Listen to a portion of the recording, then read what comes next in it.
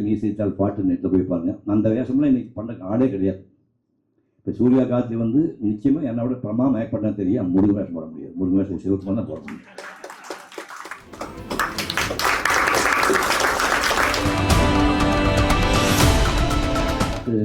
அடுத்தவட சாப்பாட்டுக்கு என்ன உணவு வந்து யோசிச்ச காலத்தில் பாதை மாதிரி திரைப்படத்துறையில் எனக்கு வாய்ப்பு வந்தது.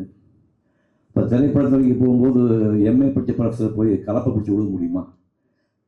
கிராமத்தில் போய் கலப்பை பிடிச்சி விழுகிறது என்ன டெக்னிக்கு? எம்ஏ படித்ததுக்கு எனக்கு சம்மந்தம் இருக்குதா? சம்மந்தம் இல்லாமல் நான் அந்த துறைக்குள்ளே போய் பேலட்டு, ப்ரஷ்ஷு, பெயிண்டெல்லாம் மிக்ஸ் பொட்டலம் கட்டி வச்சுட்டு சினிமாக்குள்ளே போனேன்.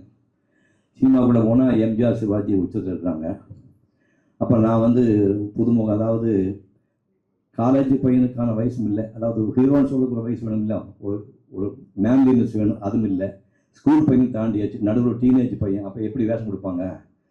அப்போ தான் இந்த எல்லா கடவுள்களுக்குமே வந்து வயசாகாது. ஞாபகம் அவங்க வீட்டுக்கு படம், ராமர் படம் பாருங்கள், முருகன் படம் பாருங்கள், எந்த படத்துக்கு எல்லா படமுமே அழகாக இருக்கும். யாருமே வயசான கிழவெல்லாம் வந்து கடவுள் காட்ட மாட்டாங்க. அந்த மாதிரி வேஷத்துக்கு நான் மாட்டினேன். அதனால் ஏபி நாகராஜன் வந்து முருகனுக்கு என்ன தான் போட்டார், சிவனுக்கு என்ன தான் போட்டார், ராமனுக்கு என்ன தான் போட்டார், மகாவிஷ்ணுக்கு என்ன தான் போட்டார். கம்ப்ளீட் எல்லா வேஷங்களும் வந்து ஒரு 5-6 வருஷம் போட்டு கொஞ்சம் உடம்பு மொத்த வரைக்கும் பண்ணிட்டு இருக்கும்போது பாலச்சந்திர நாடகங்கள்லாம் போய் பார்த்தேன்.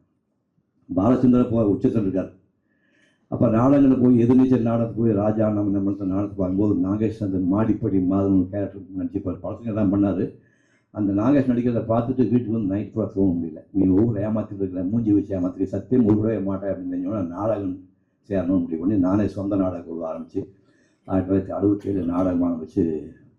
அப்போ சபாக்கள் பரபரப்பாக வந்து, நீங்கள் சென்னை வந்து அன்னைக்குள்ள சென்னை இல்லை, 120 சபா இருக்குது. இப்போ ஒரு நாடகம் நீங்கள் போட்டால் 3 மாதம் 4 மாதம் தொடர்ந்து வாய்ப்பு வந்துகிட்டே இருக்கும். இன்றைக்கி வந்து 10 சபா சேர்ந்தால் கூட இந்த ஹால் ஃபுல்லாக மாட்டேங்குது. அப்படி நாடகங்கள் வந்து போட ஆரம்பித்து இந்தியா பூரா சுற்றி மேஜர் சுந்தராஜனோடு சேர்ந்து கிட்டத்தட்ட 1000 நாடகங்கள் நடித்தேன்.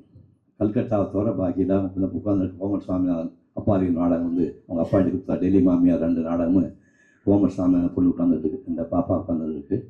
அவங்க அப்பா எழுதி கொடுத்த நாடகங்களும் அந்த தண்ணீர் படம்னு அவங்க பாதை இருந்தது. அதெல்லாம் நடித்தேன். அட்வைஸ் பண்ணுறேன், அப்பா மாதிரி பில்லியன் பாய், நல்ல கம்பெனியில் பெரிய போஸ்ட் இருக்கான், அந்த போஸ்ட்டில் விடாதீங்க. இந்த உலகத்தை வாடுறதுக்கு வேலை வேணும், வேலையெல்லாம் வாழ முடியாது. அது போக உனக்குள்ள இன்கிரண்ட்டாக ஒரு டேலண்ட் இருக்குல்ல.